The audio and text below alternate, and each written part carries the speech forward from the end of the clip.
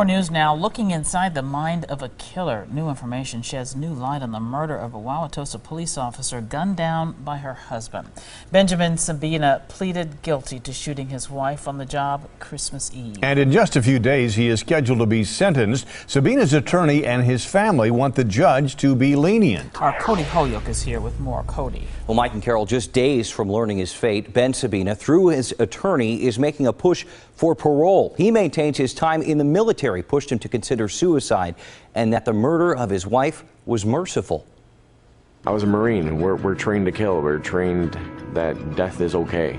Ben Sebena paints himself as a wounded warrior. He survived and witnessed the unthinkable as a Marine in Iraq. He killed 68 people. And in a video posted online last year, Ben discussed the inner demons he deals with every day. They really taught me how to centralize the anger. After my training, it definitely amplified.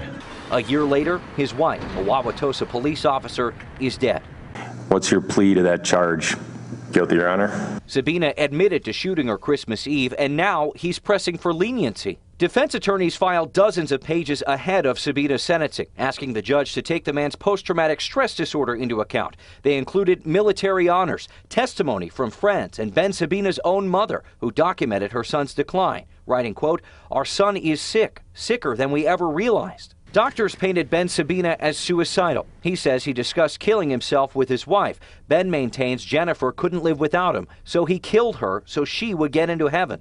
The judge has a very difficult decision to make. Brian Doro taught Jennifer at Waukesha County Technical College before she became a police officer.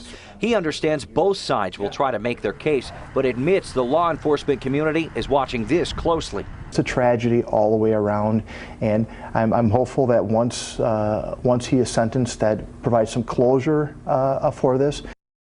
And we'll know if those documents make any difference on Friday. That's when Ben Sebena will learn his fate. Again, a first-degree homicide conviction carries a mandatory life sentence. That's state law. But, Mike Carroll, a judge can make that decision on parole. Yes, a sad and tragic case. Thanks, Cody.